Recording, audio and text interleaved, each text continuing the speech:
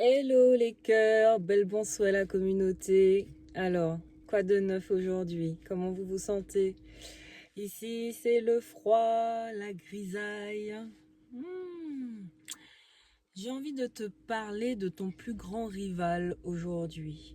Bien souvent, on va chercher à l'extérieur pour rendre coupable et responsable de tous nos maux autrui, alors que notre plus grand rival, c'est nous-mêmes. Comment ça, vous allez me dire? Eh bien, en fait, c'est tout simple.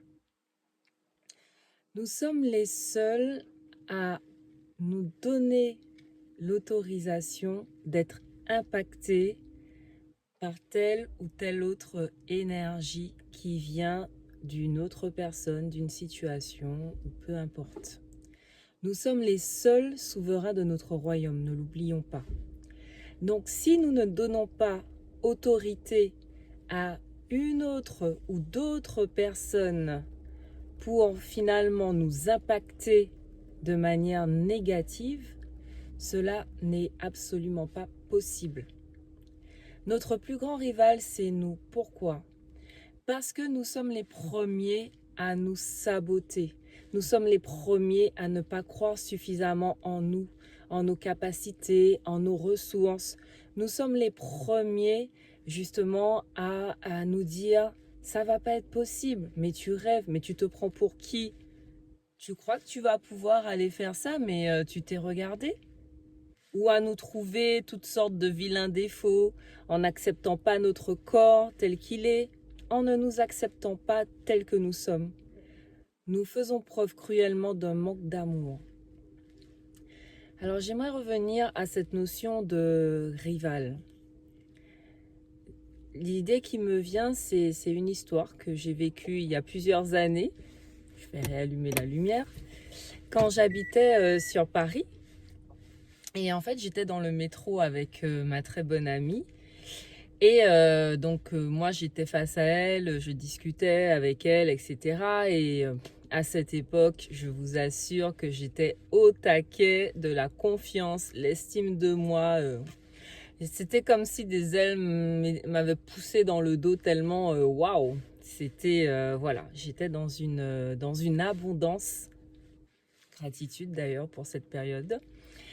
Et en descendant du métro, je vois mon ami qui est agité et qui me dit oui, mais tu n'as pas vu. Alors je lui dis mais tu n'as pas vu quoi? Je n'ai pas vu quoi? Il me dit oui, il y avait une dame et tout, elle arrêtait pas de pester sur toi, elle était face à moi, je la voyais et tout, dans ton dos, elle arrêtait pas de dire des choses qui étaient négatives, pas gentilles, des vibrations très très basses et tout. Je lui dis ah bon? Je lui dis, mais tu es sûre que ça me... Je lui dis, elle m'a dit, oui, oui, oui, oui, oui. Et là, je lui dis, bah écoute, non, je n'ai rien entendu, je n'ai rien ressenti. Et puis, j'ai continué comme si de rien n'était, avec le sourire et la joie de vivre qui me caractérisait à 2000% à cette période. Alors, pourquoi vous raconter cette anecdote? Tout simplement parce qu'à un moment donné, quand on est en paix avec soi-même, c'est-à-dire quand on est complètement aligné corps, cœur, esprit, notre aura est verrouillée, notre champ vibratoire est verrouillé. Il est tellement lumineux que rien ne peut y pénétrer.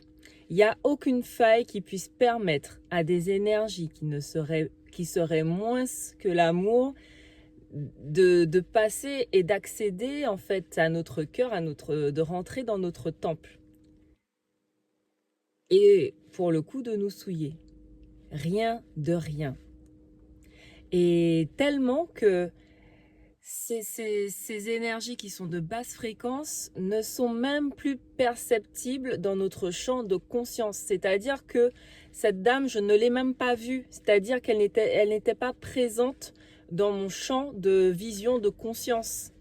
Parce que ces fréquences étaient beaucoup trop basses pour que je puisse les recevoir, comment dirais-je, les capter, rentrer en résonance avec.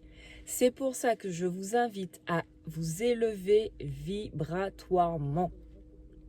Plus on s'élève en vibration, plus notre champ de conscience, c'est-à-dire notre champ d'existence, notre réalité, correspond à notre niveau de fréquence. Et les interférences, soit elles sont là pour continuer à nous faire évoluer, dans ce cas c'est ok, soit elles disparaissent complètement.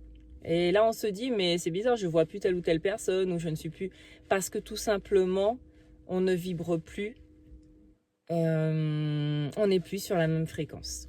Voilà.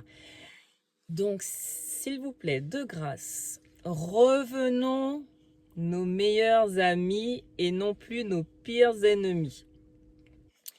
Reprenons confiance en nous, revalorisons-nous, soyons en estime de nous-mêmes, ayons conscience de notre valeur. Ça n'a rien à voir avec le mental ego. Je reviendrai dans un prochain mood du jour sur cette question parce que bien souvent on confond le fait d'avoir confiance en soi, de s'estimer, de connaître sa valeur avec une attitude égotique.